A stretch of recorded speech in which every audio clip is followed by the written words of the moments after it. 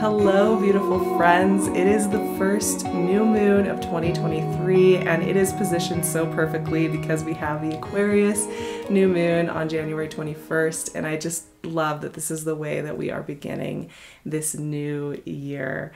I have such a crush on Aquarian energy. I love it. It inspires me to think in new ways, to ask some really deep questions, and to come back home to myself and really think about what matters in life and what matters in the creative journey and becoming myself.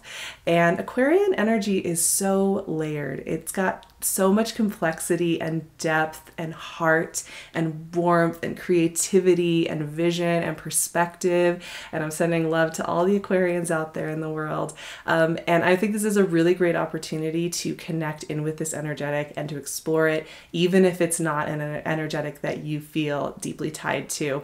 So let's get into why Aquarian energy is so amazing and why this new moon can be a really, really helpful tool in the year ahead, and how this can also just be a really, really fruitful new moon to explore and to do some self-inquiry and to get curious about some of the places inside of ourselves where we're feeling stuck. If you are feeling stuck on something, if you're feeling stuck in your life right now, this is going to be a wonderful new moon to make some connections and to have some aha moments. So let's get into why that is and why I'm excited about this particular new moon. So Aquarian energy, it's all the air signs have an element of duality to them. They're all about how we explore duality and then break it down and come back into a centered place. And Aquarian energy is one of my favorite places to do this because it does a couple of things.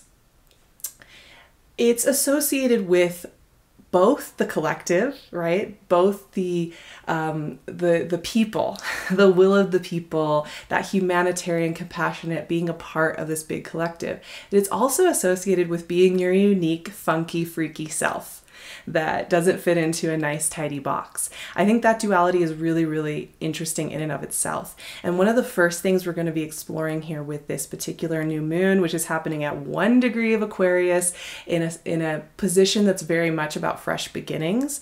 And this is one of the first big themes we're going to be working with, is that when we let go of holding so tight to, I've got to be individual, I've got to be special, I've got to be unique, I've got to push myself to do all these things. When we relax some of our tension around putting that pressure on ourselves and we allow ourselves to be part of this collective experience, to be part of this greater whole, that's actually the point at which we start to access our unique gifts. So the first theme of this new moon is going to be letting go of some of our rigid control around how we think we need to perform our individuality, to let go of some of those boxes, some of those labels, some of those identities, to kind of drift into the oceanic collective, and then to reconnect to who we truly are, which isn't the performative, unique self. It's going to be about really connecting to that spark of life that makes us our own individuals. And that's a really important process that I think we all go through many times in this life, letting go of some of our tightness that we hold on to being an individual, and realizing that we come to that through letting go of holding our shape. Now, the other duality that's really interesting when working with Aquarian energy, and we're going to be exploring a lot here during this new moon as we enter Aquarius season, is going to be the relationship between rebellion and routine. I love this topic. This topic really gets me going because to me, this is the key to being in this world. Kind of grappling with existing, being in a weekday, being in a work day, being in a routine, because it's a real question between where we rebel and where we hold on to routine. And I think Aquarians will understand this deeply, and a lot of fixed signs will understand this as well, because they're two sides of the same coin. On the one hand, we can get so attached to this idea of being rebellious that we actually get stuck in a routine around it. We may have something that we really feel frustrated by, that work environment, that cultural thing, that, family system thing where we go back to that same shape every time we're in that environment and we want to rebel. But that rebellion actually just becomes routine, right? We just repeat the same rebellion over and over and over again. So that's one way we can see this duality kind of playing out. The other way that this can sometimes be a surprising reversal is that routine can be the way through which we actually rebel the best, through which we can change our lives the most. And this is where I get really intrigued and where Aquarian energy can be really, really useful. Because the question, one of the core questions we're going to be working here with this new moon is, how do we create routines that express our changing selves, that honor our changing selves, that honor our rebellious creative spirit that doesn't want to maintain the status quo, that doesn't want to maintain the same old systems, the same old generational trauma, the same old work conditions, the same old creative mundane, right? So one of the core things I want you to explore for this new moon, or maybe you want to explore for this new moon, is going to be how routine plays a role in your life. And is it helping you? Do you feel connected to your inner rebel? You're connected to your inner free spirit, your inner artist, the part of you that wants to skip work and just go out on a long walk and write some poetry? You know, do you feel like you are able to honor that free spirit actually deserves and requires some routine, some ways to honor that spirit, some ways to make that spirit real in this life? We're going to be finding that this is a really great new moon to notice what routines are working for us and what routines are not, and how we can start to build routines that are actually going to really honor the way we are morphing and changing. So this is just really getting back to those basics of asking those questions. And it's also going to ask us some questions about how we define discipline, how we relate to discipline. I have some issues with discipline. I am often feeling very rebellious towards discipline because for me it feels like a punishment system, and that's something from my own mental archaeology, right? But so it's also an exploration of how we can have a healthy, happy relationship with discipline, where it's about building into something that's really nourishing and helping our free spirit bloom that much more brightly. But this new moon, one of the important things about this new moon is it's having one big aspect going on during this new moon, which is that our friend Lilith, Black Moon Lilith, is going to be at 1 degree of Leo. So a perfect opposition to the new moon in Aquarius. So they're having a really interesting conversation. And this is interesting to me. I'm a Leo. I have a lot of energy in Leo, which is part of the reason I love Aquarian energy so much. We have this synergy.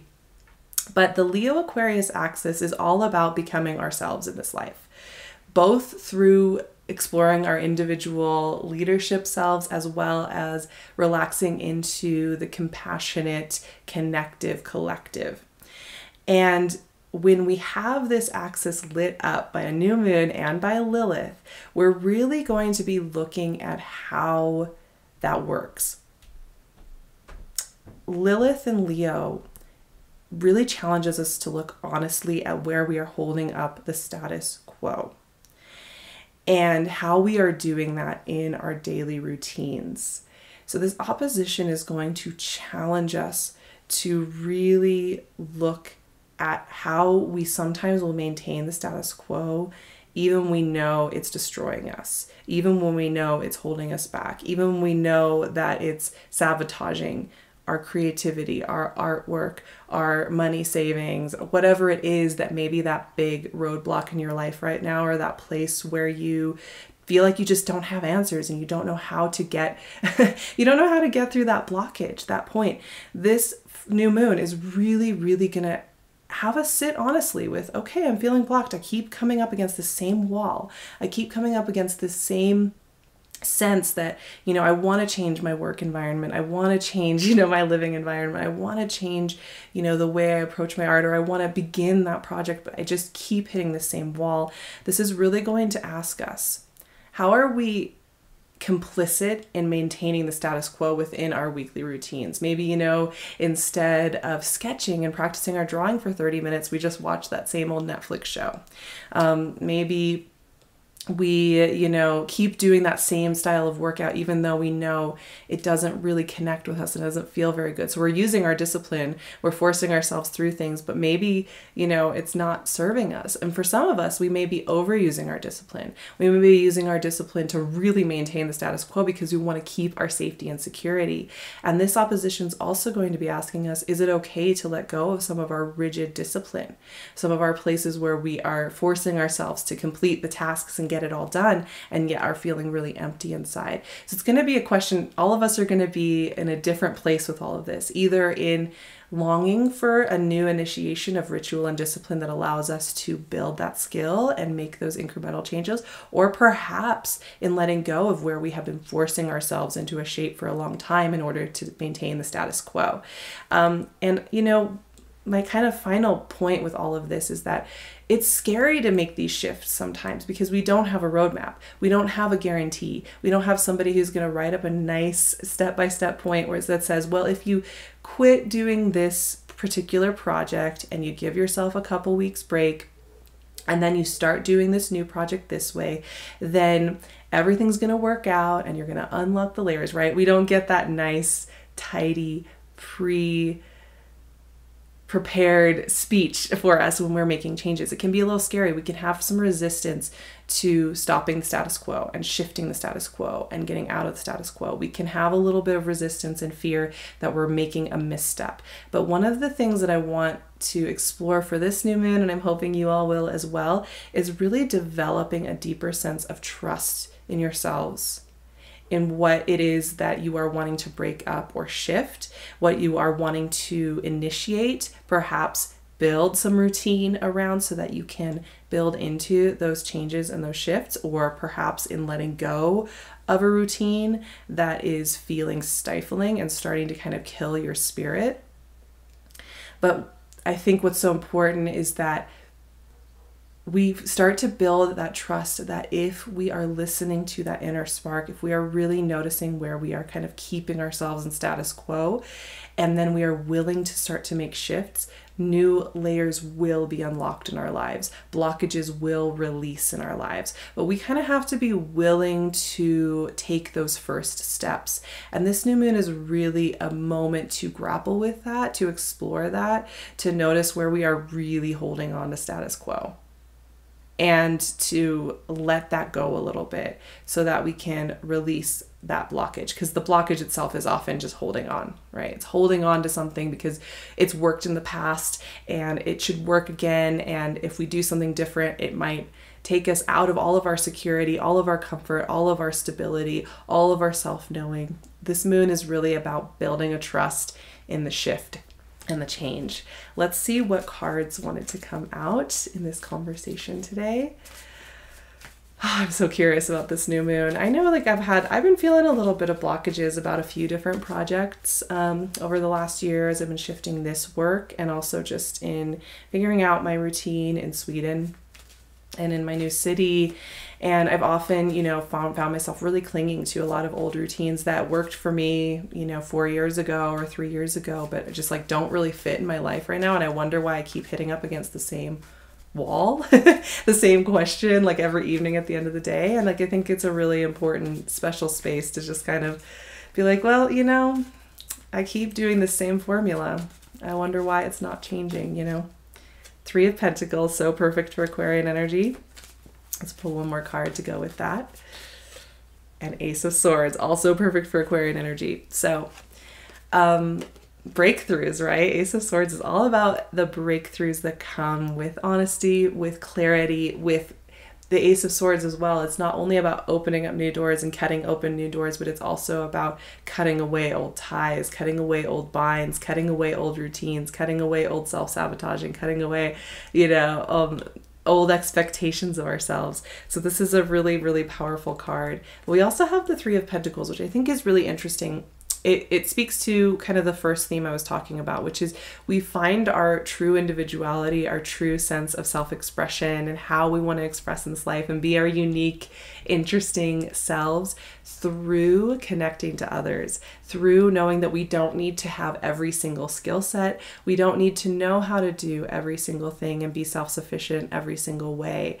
The Three of Pentacles, I think for me, reminds me too, this new moon is a wonderful time to reach out for help, to make that phone call that person to ask them build your website because you know, maybe don't have that skill, you want a beautiful website, or, you know, asking that friend to give you some advice about, you know, good meals to cook that are nourishing and have a whole bunch of nutrients. This is a really wonderful time to just think about where's that place that you just keep hitting the same wall. And it's just time to ask for help. Ask somebody to lift those boxes, or ask somebody to give you their perspective, or ask to borrow that book that you've been wanting to borrow. It doesn't always have to be a big ask either. There's a really big breakthrough coming in here.